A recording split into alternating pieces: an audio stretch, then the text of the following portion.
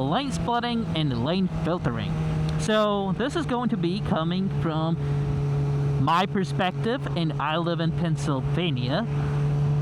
So it's probably not going to be same for you, because traffic is probably a little bit different in your state, in your city, in your country. So also, everything I say is basically my take on this subject. You know what they say, opinions are just like balls. Everybody got one. Let's start with lane splitting. Do I think it should be legal in Pennsylvania? No. Because I don't think it will help to improve safety in any way in here. The riding is already kind of a seasonal thing in Pennsylvania, and it's already tough sharing the road with drivers who are just not familiar with anything motorcycle. We have to be extra vigilant, make sure that we don't get killed. I don't think the roads are really designed to accommodate splitting motorcycle traffic. There's some places on highways or some certain roads, but I don't think we have enough to really justify that big of a change. I also don't think the drivers would really appreciate change. People who don't ride, or they already have made up their mind that we should not be splitting. There would be too many road rage incidents caused by, people splitting and somebody just blocking or knocking out that car, yelling, "You can't do that." Alright, so CHP did a case study where they studied thousands of riders. This study doesn't really give us a conclusive answer if we should or should not legalize lane splitting. It basically says that people who do lane split are generally the ones who commute on it more. They also wear better gear, and they do get into accidents more. However, these accidents are less fatal. Anyway, yeah, lane splitting, no. Let's talk about lane filtering now. Here is why I think that lane filtering should be legal.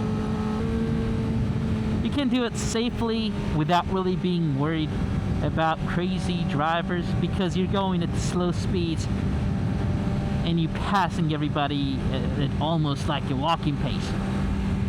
I think most people already filter whenever they feel like it, whenever it looks safe, and whenever there's like no sign of police.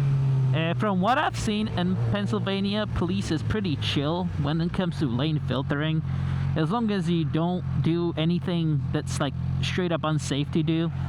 And if you see a cop, you don't really break the law in front of them, they're not really going to do anything.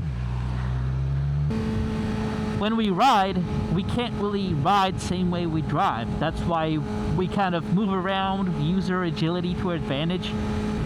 So every time I've ridden my bike similar to the way you would drive a car in a safe manner, it is not the same thing. It just becomes always an issue where cars don't really respect the bike same way they would a car. For example, if you've never been on a motorcycle and you're thinking about what do you mean by that, have you ever driven a large SUV or a truck and then suddenly you drive a smaller car like a Prius and you notice that, hey, why do cars cut me off all the time? It's kind of similar on a bike, because they don't respect you on the road. But on a bike, you have power, speed, and mobility to your advantage. So you go around and through all that, but then you're gonna be hated for it because you're not supposed to do that. That sounds good.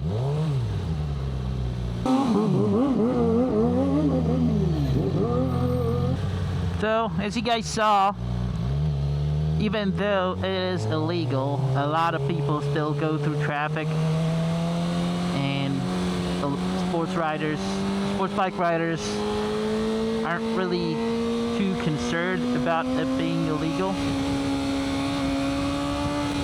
So since nobody really pays attention, everybody's on the phone anyways, we might as well make lane filtering legal. So when you skip the red light, you don't really get hate for it, or you don't really get pulled over for it. Okay, I'm gonna turn the music on. Stadio, stadio, canto stadio. Woo!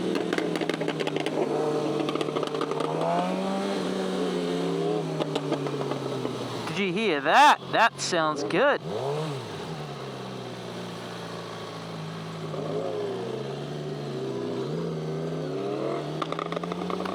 That's a lot of burbling.